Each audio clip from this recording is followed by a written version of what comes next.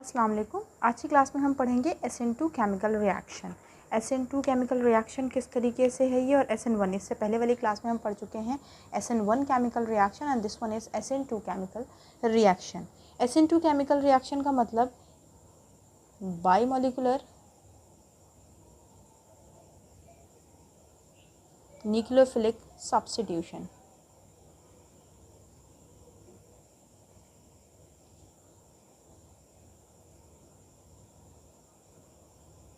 हम पीछे से पढ़ रहे हैं two bimolecular nucleophilic substitution reaction. Okay, अब यहाँ पर क्या है, we just have nucleophile. Nucleophile क्या होते हैं? Nucleus loving species. Nucleophile are nucleus loving species. It means they are negatively charged species. They itself are negatively charged species and having attraction towards positive charge. Nucleophilic means nucleus loving. Nucleus क्या है? Positive charge species and philic means loving. Nucleus loving. ये खुद negative होगा तभी तो nucleus से love करेगा। Nucleus क्या है? पॉजिटिव चार्ज स्पीशी है। ओके, तो आप ऐसा भी कह सकते हैं न्यूक्लियोफाइल्स आर पॉजिटिव अफेक्शनेट, और अफेक्शन शो करते हैं एक दूसरे के लिए, पॉजिटिव के लिए। बाईमोलिकुलर बोल रहे हैं, बाई का मतलब टू, ठीक है। तो bimolecular reaction, bi means two, दो मॉलिक्यूल्स होंगे और यहाँ पर इसका ऑर्डर जो होगा वो भी टू होगा। समझेंगे। लेट्स सपोज हमारे पास कोई अल्काइल हैलाइड है। ये जो मैं बॉन्ड बना रही हूँ, one is towards and other one is away.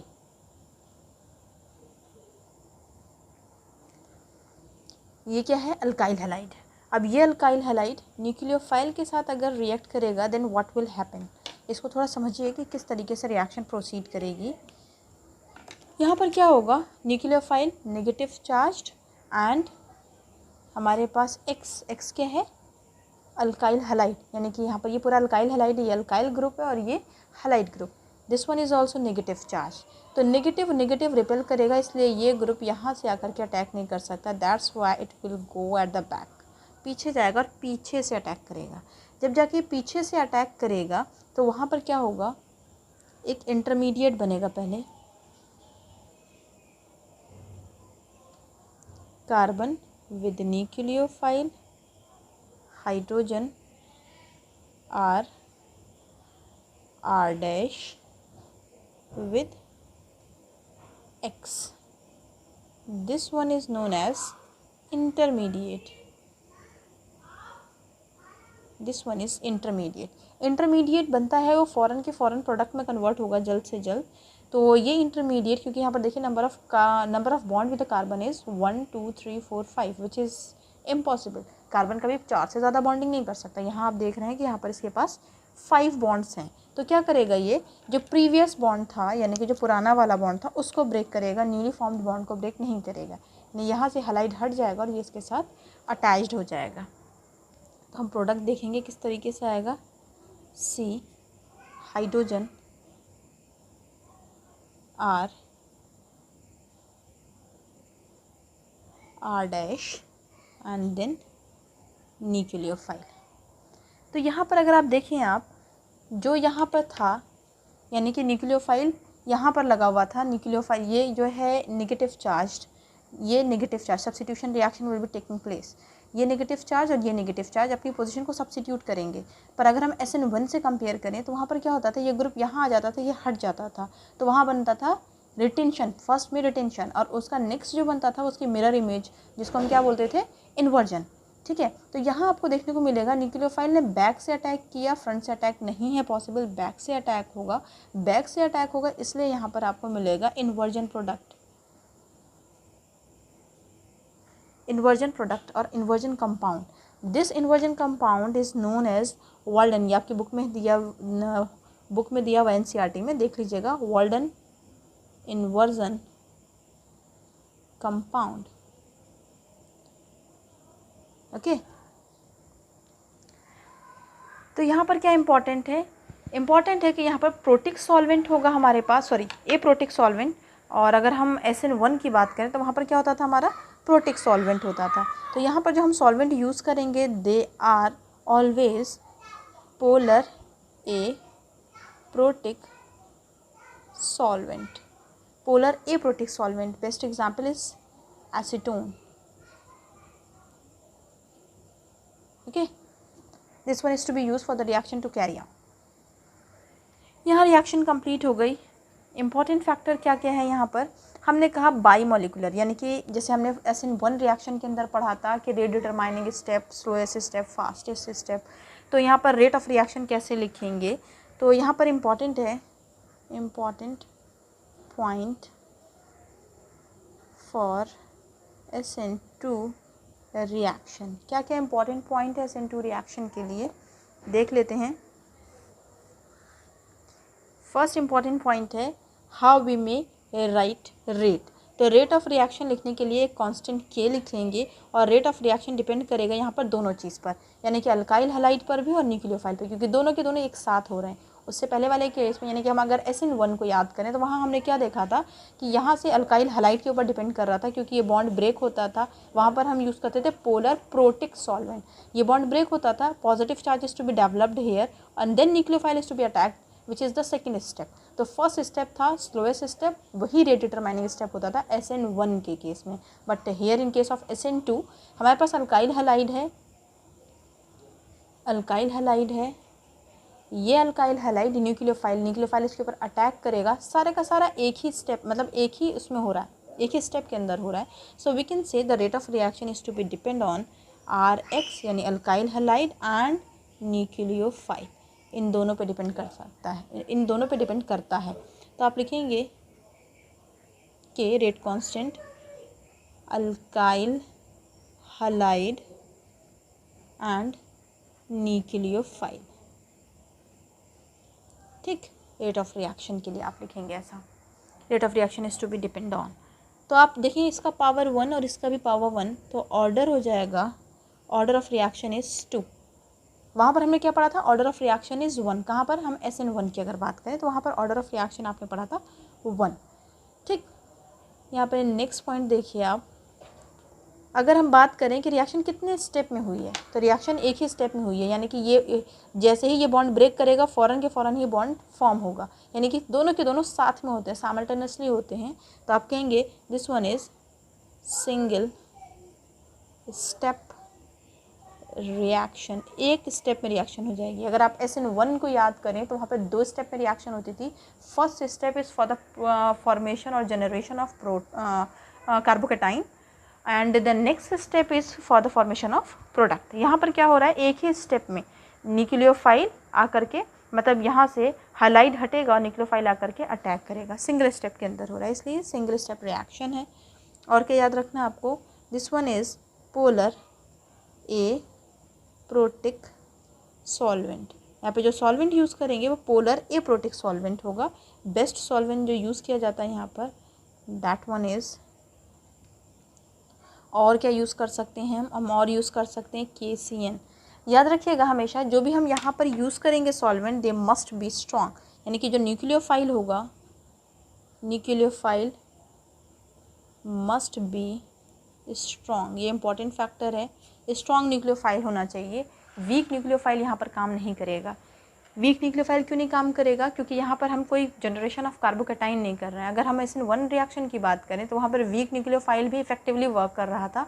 क्यों, क्योंकि वहाँ पे प्लस चार्ज डेवलप था और जो न्यूक्लियोफाइल है वो नेगेटिव चार्ज है। Effective reaction is to be taking place in that case. Okay, so अगर हम बात करें ऑप्टिकली एक्टिव, अगर हम नेक्स्ट पॉइंट लिखें, if a compound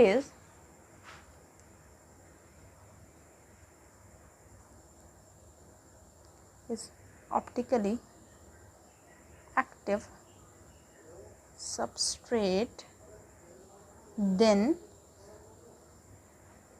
inversion product is formed।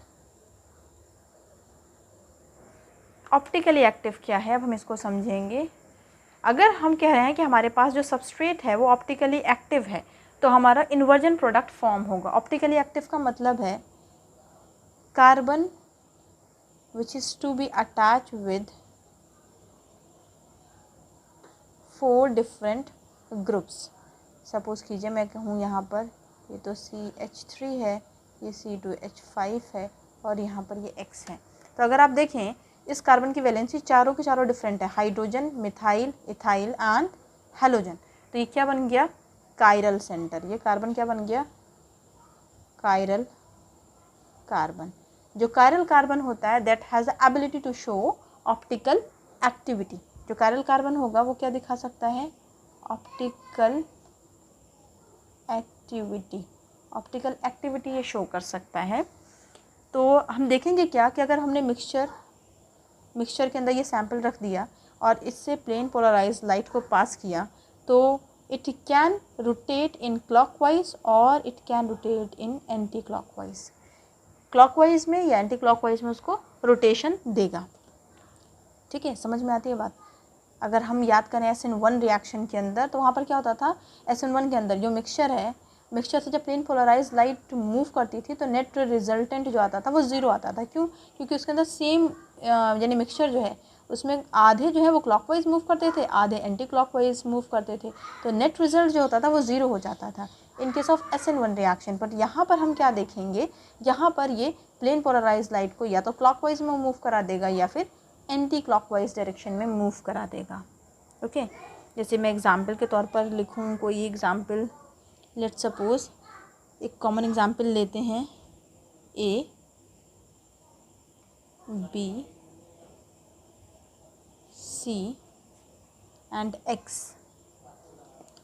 इसकी रिएक्शन कराई हमने किसी न्यूक्लियोफाइल से। अब क्या पढ़ा हमने? क्योंकि ये भी नेगेटिव होगा तो यहाँ पर क्या होगा? बैक अटैक होगा। जब बैक से अटैक हुआ तो इन्वर्जन, जैसे सपोज कीजिए हमारे पास अम्ब्रेला है और बहुत तेज़ आंधी आई तो अम्ब्रेला पलट जाए तो अम्ब्रेला क्या कर जाएगा? इन्वर्ट कर जाएगा। तो यानी कि हमारे पास तो ये डंडी रह जाएगी, बाकी जो चीज़ नीचे की तरफ ऐसे थी वो पलट के ऐसे हो जाएगा ना, तो इन्वर्ट हो जाएगा प्रोडक्ट। तो यहाँ पर हम देखें तो न्यूक्लियोफाइल आकर के जब पीछे से अटैक करेगा, बैक अटैक करेगा, तो किस तरह से प्रोडक्ट बनेगा? NuAB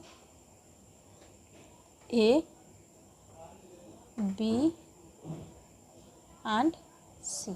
this will be the product, जिसको हम क्या बोलते हैं? इन्वर्जन। इसका उल्टा हो गया ना बिल्कुल।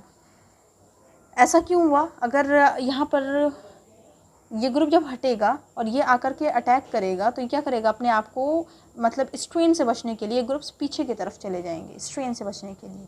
तो यहाँ पर इन्वर्जन प्रोडक्ट देखने को मिलेगा हमें। One of the important factor in this reaction, in SN2 reaction is rate.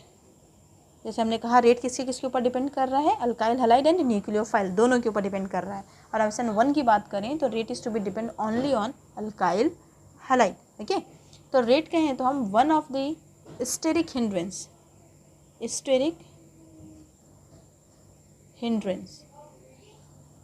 Rate क्या है? इन्वर्सली प्रोपोर्शनल है स्टेरिक हिंड्रेंस की, यानी कि जहाँ पे स्टेरिक हिंड्रेंस ज़्यादा होगा वहाँ रेट ऑफ रिएक्शन कम होगी। किसके अंदर? SN2 की बात कर रहे हैं हम। जहाँ स्टेरिक हिंड्रेंस ज़्यादा होगा वहाँ रेट ऑफ रिएक्शन कम होगी। जैसे ऐसा क्यों होगा इसको समझते हैं हम। सपोज कीजिए हमारे पास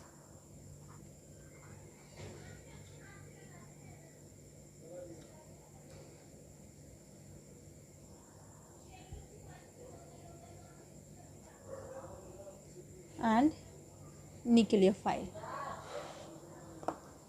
अब ये न्यूक्लियोफाइल क्या करेगा? पीछे से आकर के अटैक करेगा। ये ग्रुप और ये ग्रुप दोनों की दोनों बल्कियर ग्रुप है, तो इसको अटैक नहीं करने देंगे आसानी से। और हमें न्यूक्लियोफाइल क्या लेना है? स्ट्रॉन्ग लेना, ताकि वो अटैक कर सके। वीक न्यूक्लियोफाइल तो अटैक कर ही नहीं पाएगा, तो स्ट्रॉन्ग न्यूक्लियोफाइल लेंगे so that the reaction is to be proceed कर सके। इसलिए हम क्या लेंगे? Strong nucleophile. ये याद रखना है आपको, न्यूक्लियोफाइल हमेशा हमारे पास स्ट्रॉन्ग होगा SN2 रिएक्शन के अंदर। ये बैक अटैक करेगा, पीछे से आकर के इसके ऊपर अटैक करेगा। ओके, तो इंटरमीडिएट बनेगा, finally product is to be formed. तो ये न्यूक्लियोफाइल आकर के पीछे से अटैक करेगा, और ये अटैक इजी कब होगा, जब यहाँ पर हमारे हल्के ग्रुप यानी कि लाइटेस्ट ग्रुप लगे हैं। हमने यहाँ पर बल्कि ग्रुप लगा रखा है, तो क्या करेंगे, वो हिंड्रेंस प्रोड्यूस करेंगे। जब हिंड्रेंस प्रोड्यूस करेंगे तो यहाँ पर रेट ऑफ रिएक्शन स्लो हो जाएगी।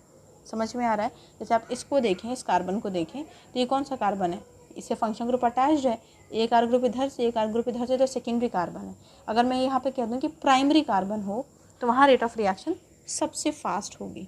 जैसे एक एग्जाम्पल के तौर पर CH3X, एक ये एग्जाम्पल है हमारे पास।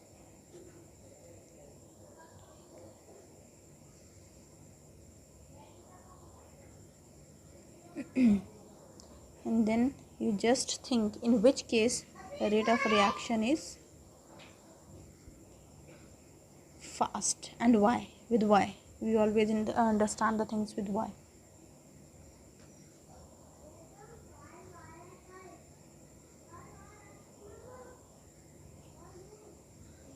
ओके देखिए यहाँ पर क्या होगा, अब न्यूक्लियोफाइल को आकर के अटैक करना है। अगर मैं इस कार्बन पर देखूँ तो हम इसको इस तरीके से भी तो लिख सकते हैं, और हम इसको ऐसा भी लिख सकते हैं कि कार्बन, हेलोजन, हाइड्रोजन, हाइड्रोजन और हाइड्रोजन। हमें न्यूक्लियोफाइल का अटैक कराना है। ये ग्रुप क्या है, लाइटेस्ट ग्रुप है, न्यूक्लियोफाइल ईजिली आकर के यहाँ पर अटैक करेगा। तो ये क्या हो गया, इसको जीरो ऑर्डर भी कहा जाता है, और जो है इसको प्री प्राइमरी भी कहा जाता है। ठीक, तो यहाँ पर आपको देखेंगे न्यूक्लियोफाइल का जो अटैक होगा, यानी कि न्यूक्लियोफाइल जो अटैक करेगा बहुत ईजीनेस के साथ ये न्यूक्लियोफाइल आकर के पीछे से अटैक कर लेगा। यहाँ पर रिएक्शन ईजी होगी। ठीक है, यहाँ पर क्या है, अब एक बल्कि ग्रुप है, चलिए ठीक है, ये भी प्राइमरी केस है, तो यहाँ पर अटैक पॉसिबल है, होगा। यहाँ पर भी अटैक होगा, पर यहाँ हिंड्रेंस होने लगेगा, और यहाँ पर अटैक बहुत मुश्किल से होगा, क्योंकि यहाँ पर तीन ग्रुप है जो हिंड्रेंस प्रोड्यूस करेंगे। तो आप देखेंगे कि रेट ऑफ रिएक्शन जो है वो बल्कीनेस के अपोजिट है। हमने पढ़ा ना, rate of reaction one of the important parameter. Rate of reaction is one of the steric hindrance. जहाँ स्टेरिक हिंड्रेंस कम होगा, यहाँ स्टेरिक हिंड्रेंस कम है, तो रेट ऑफ रिएक्शन ज़्यादा होगा। यहाँ स्टेरिक हिंड्रेंस क्योंकि बल्कि ग्रुप है, ये आपस में हिंडर करेंगे, ये हिंडर करेंगे, तो यहाँ पर क्या है, रेट ऑफ रिएक्शन यानी स्टेरिक हिंड्रेंस ज़्यादा है, then the rate of reaction is to be low in this case. I hope you get my point. तो आप लिखेंगे ऑर्डर ऑफ SN2 रिएक्शन, क्या ऑर्डर है, zero order, first order, second and third order of SN2 reaction. ये important है, order of SN2 reaction. Pre primary को zero order भी कहते हैं, second, first, second, then third. आपको ये लर्न कर लेना है बिल्कुल। और मैं आपको एक ट्रिक बताऊं ताकि आप याद रख सकें।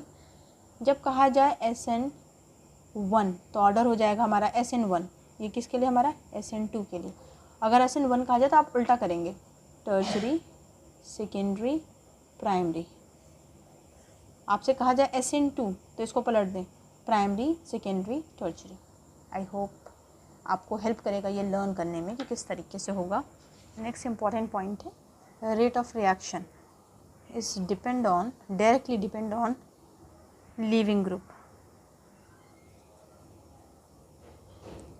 लीविंग ग्रुप, हमारे पास जितना अच्छा लीविंग ग्रुप होगा, रेट ऑफ रिएक्शन उतनी ही फास्ट होगी। सपोज़ कीजिए कि मैं कहूँ, मेरे पास एग्जाम्पल के तौर पर है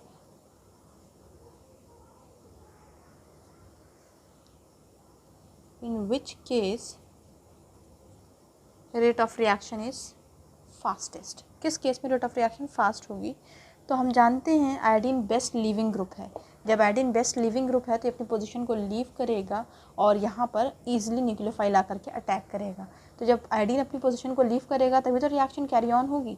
तो यहाँ पर जो ऑर्डर हो जाएगा वो होगा, क्योंकि कार्बन और आयोडीन के बीच में बॉन्ड लेंथ बहुत ज़्यादा होगी, तो ये ईजिली लीव करेगा, क्योंकि इसका साइज़ सबसे ज़्यादा है, फिर ये है, फिर ये है, फिर ये स्मॉलेस्ट साइज़ है फ्लोरीन का।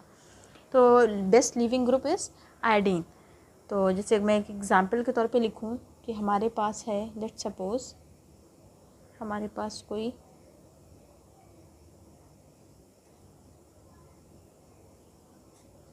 अल्काइल हैलाइड है, इसकी रिएक्शन हमने करानी है। स्ट्रॉन्ग न्यूक्लियोफाइल हम लेंगे, स्ट्रॉन्ग न्यूक्लियोफाइल की जगह हम NaOH ले सकते हैं, हम KCN ले सकते हैं, हम एसीटोन ले सकते हैं। These are the strong nucleophile. यहाँ पर ये सारी चीज़ें ले सकते हैं। तो क्या होगा, ये आयोडीन अपनी पोजीशन को लीव कर देगा फ़ौरन से, क्योंकि इनके बीच में बॉन्ड लेंथ ज़्यादा है। तो ये अपनी पोजीशन को जैसे ही लीव करेगा, न्यूक्लियोफाइल फ़ौरन आकर के पीछे से अटैक कर लेगा। ठीक, तो product is to be formed carbon, hydrogen, CH3, C2H5, और यहाँ पर क्या आएगा, पीछे से आकर के लगा है। पीछे से आकर के लगा है तो यानी कि पूरा का पूरा इन्वर्जन हो जाएगा ना ये मॉलिक्यूल का। या फिर आप ऐसा कर लीजिए, दोनों को एक साथ लिख लीजिए, आयोडीन और OH। इस पूरे स्टेज को क्या बोलते हैं, इंटरमीडिएट। क्या बन गया ये हमारा, इंटरमीडिएट। अब इंटरमीडिएट से हमारा प्रोडक्ट का फॉर्मेशन हो जाएगा। जो प्रोडक्ट बनेगा that will be nucleophile, hydrogen, CH3, C2H5। Okay, this will be the product. और यहाँ पर क्या देखने को मिलेगा हमें, इन्वर्जन, क्योंकि जो ग्रुप था उसका बिल्कुल पलट गया है, इन्वर्जन। SN2 रिएक्शन के अंदर इन्वर्जन होता है। तो ये पूरा आपका SN2 रिएक्शन था। अगर मैं क्वेश्चन के तौर पर दूँ आपको तो इम्पॉर्टेंट क्वेश्चन है कि which will undergo SN2 reaction fast. SN2 reaction fast कौन करेगा, ओके, SN2 रिएक्शन फास्ट कौन करेगा। तो हमारे पास CH2Cl, this one is Cl। इन दोनों में SN2 रिएक्शन फास्ट किसके अंदर होगी। तो हम क्या जानते हैं, SN2 रिएक्शन के लिए ऑर्डर क्या होता है हमारा, प्राइमरी, सेकेंडरी, टर्चरी। किसके लिए ऑर्डर है ये हमारा, SN2 रिएक्शन के लिए। तो आप देखिए इसके अंदर SN2 के लिए होता है। तो आप इसके अंदर देखिए कहाँ पे प्राइमरी अल्काइल हैलाइड बन रहा है, कहाँ सेकेंडरी बन रहा है, उसके बेसिस पे हम डिटरमाइन कर लेंगे। अगर हम देखें, क्योंकि यहाँ पर फंक्शन ग्रुप लगा है, तो हम इस कार्बन को देखेंगे तो 2 हाइड्रोजन, एक तरफ फंक्शन ग्रुप हैलाइड लगा है, एक तरफ रिंग लगी है जिसको हम R कहते हैं। तो एक तरफ R ग्रुप लगा है, तो यह है प्राइमरी अल्काइल हैलाइड। ओके, अगर हम यहाँ पर बात करें, क्योंकि फंक्शनल ग्रुप जिससे लगा है वो कार्बन ये है, वो कार्बन इधर एक कार्बन से, इधर एक कार्बन से, पीछे एक हाइड्रोजन से लगा है, यानी दो तरफ कार्बन से लगा है, इसलिए सेकेंडरी अल्काइल हैलाइड है। ठीक है, ये प्राइमरी अल्काइल हैलाइड है, ये सेकेंडरी अल्काइल हैलाइड है। तो हमने भी पढ़ा order for SN2 reaction is fastest in case of primary alkyl halide, यानी यहाँ पर SN2 रिएक्शन फास्ट होगी, यहाँ पर फास्टेस्ट होगी SN2 रिएक्शन। दूसरी एक एग्जाम्पल लेते हैं which is also an important example.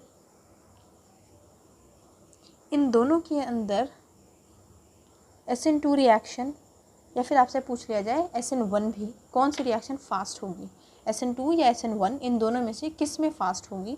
तो जो बेस्ट लीविंग ग्रुप होगा हम उससे बता देंगे। आयोडीन क्या है, बेस्ट लीविंग ग्रुप, ये बेस्ट लीविंग ग्रुप है, तो यहाँ पर SN2 रिएक्शन फास्ट होगी, और SN1 भी फास्ट होगी, यहाँ पर SN2 रिएक्शन फास्ट होगी। Hope you get my point. Okay, this is all about for SN2 reaction.